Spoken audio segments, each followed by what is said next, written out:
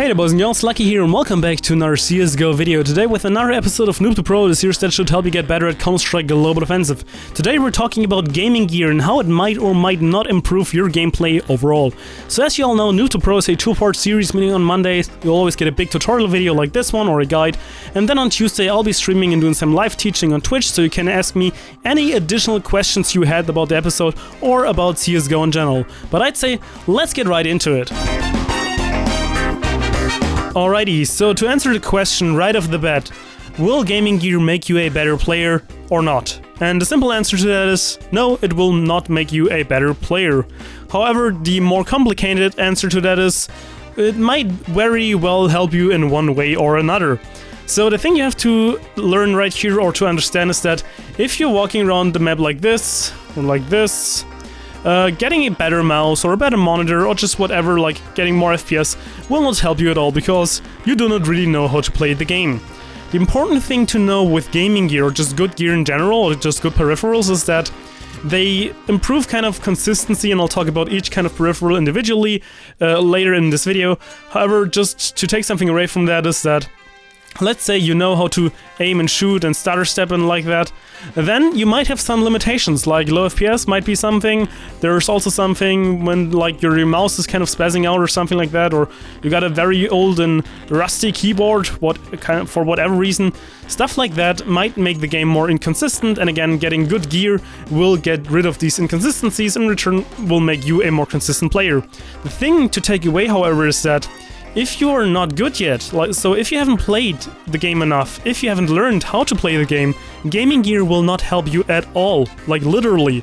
It's just a nice to have thing then, so once you get better you're actually able to make use of the potential that you have, but essentially it's just hiring up and increasing the skill ceiling of your own potential while not like changing anything with the skill floor right here. So make sure you already know how to play the game, make sure you kind of know how to aim, shoot, move, like tactics, game sense. You want to be kind of decent at it, otherwise gaming gear is nice to have, but it won't really help you at all. So since I've already talked about that now, we can get into each specific thing. So now let's talk about the most annoying question for any CSGO YouTuber out there, and that's usually, hey, I only get 60 FPS, what rank can I get? Or, hey, I only get 30 FPS, what kind of rank can I get? And regarding as many as my global friends only get 30 FPS themselves, I'm pretty sure that if you're good enough, you'll get global, no matter what FPS you have. Don't take this with a grain of salt though, because FPS definitely are the most important thing in CSGO. The higher the better, the more efficient you be, and the smoother the game will be overall, and the more crisp and responsive just when it comes to moving around, aiming around, just everything in the game. It's essentially the more FPS you have in the game, the more time you're actually creating for the game to exist, kind of. So the more updates you're getting, the more refreshes you're getting. It's just extremely important, especially at a higher level. However, it doesn't really make you limit yourself to only going up to, I don't know, Silver Elite Master or something like that. You can still easily get global as long as you got the game sense and just in general the knowledge of how to play the game properly. Now, again, having said that, the most important thing for hardware to get more FPS in CSGO is the CPU, the processor. Not the big shiny Titan X graphics card, it is the processor. And since CSGO is kind of poorly optimized, since, I mean, the source engine at this point is quite old, you definitely want to have a CPU that has not too many cores, and like hyperthreading is also not something CSGO really makes lots of use of, so having single cores at a very high clock speed will grant you more FPS than having multiple cores at a lower clock speed. So whenever you're like, hey, I got a Titan X and I only get 100 FPS, why is that? Well, it's probably because your CPU is an old potato. So if you want to definitely increase that, and again, it is very important, a better CPU will always grant you more FPS in CSGO. Now let's talk about the second part of the FPS, and that is your refresh rate, or better said, your monitor and, well, its refresh rate. So, as I said before, you can get to very high ranks with very low FPS. The thing, again, to note right here is that it helps to have more of that. It just makes it easier, to be honest. So keep in mind, for example, you only get 30 updates per second. So let's say you got a monitor with a refresh rate of 30 Hz. This means every time frame of window, so every window you see, like every screen you see on your screen, will be displayed for about 33 milliseconds. That's actually quite a long time. So by having that kind of the image displayed that long, you'll miss everything following the past 32 milliseconds. So if we compare this to a 60 Hz monitor, you of course drop down to 16.6 milliseconds, which is of course twice as many updates. So let's say you're just staring at the screen right here and you're waiting for someone to peek.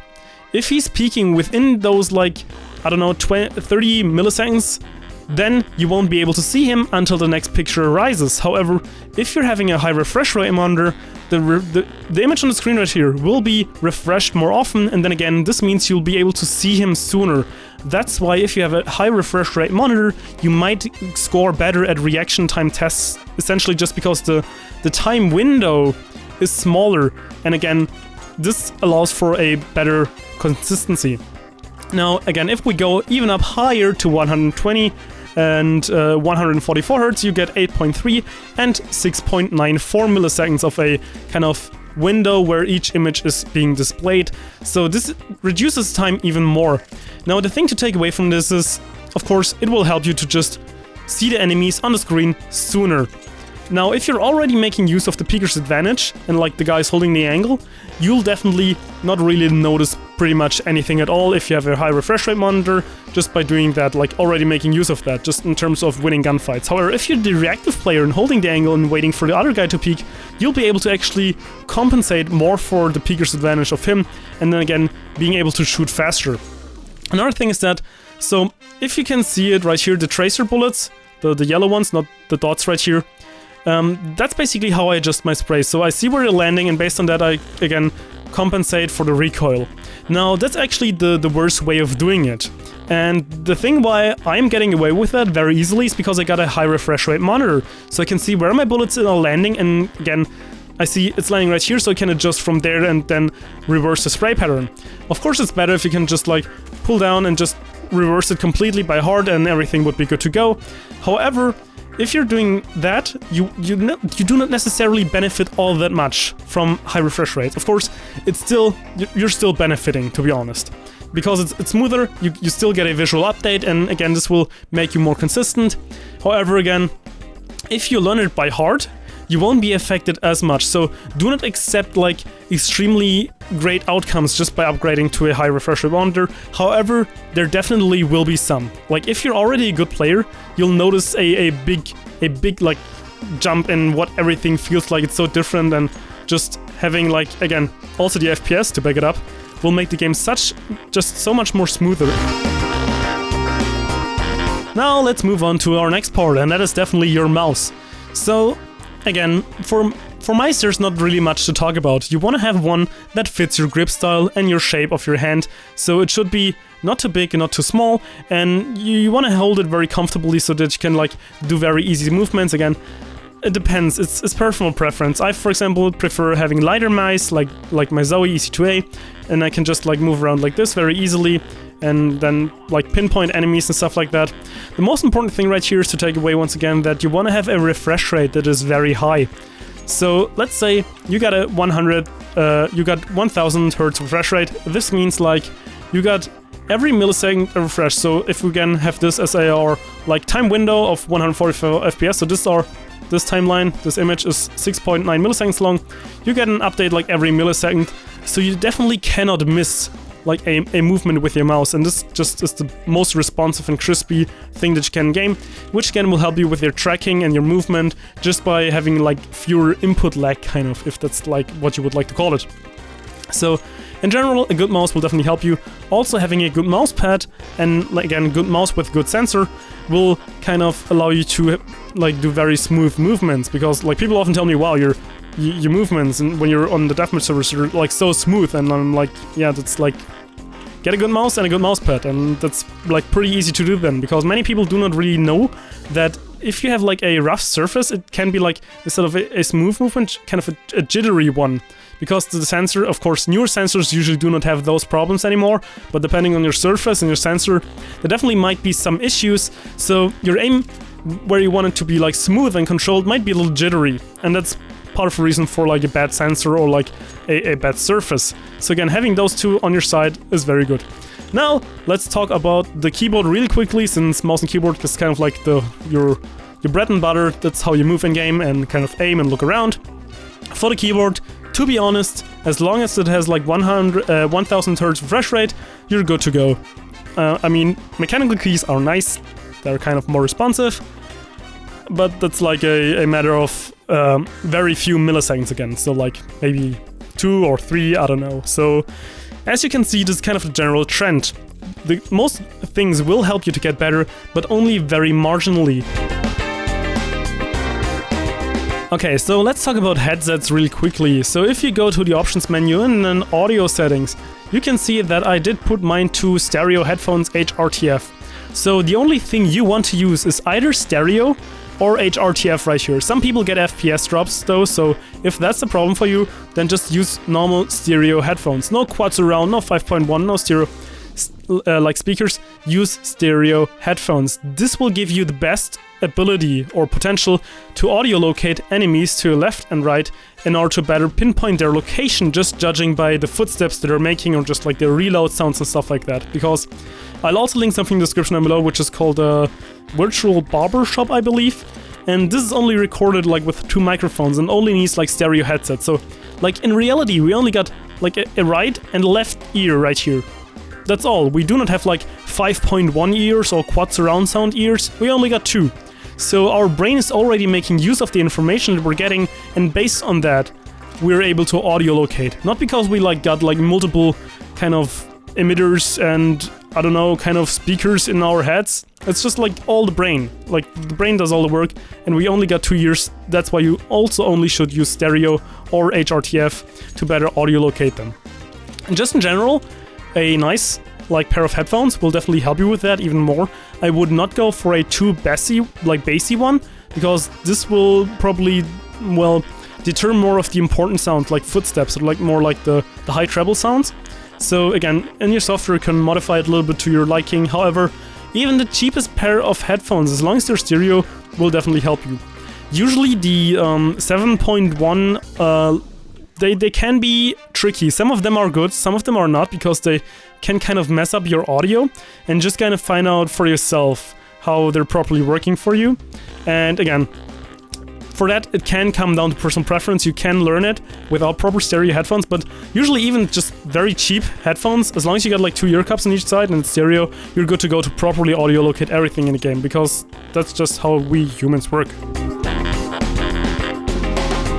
Now, last but not least, the most annoying part out of all of them is lag, bad internet.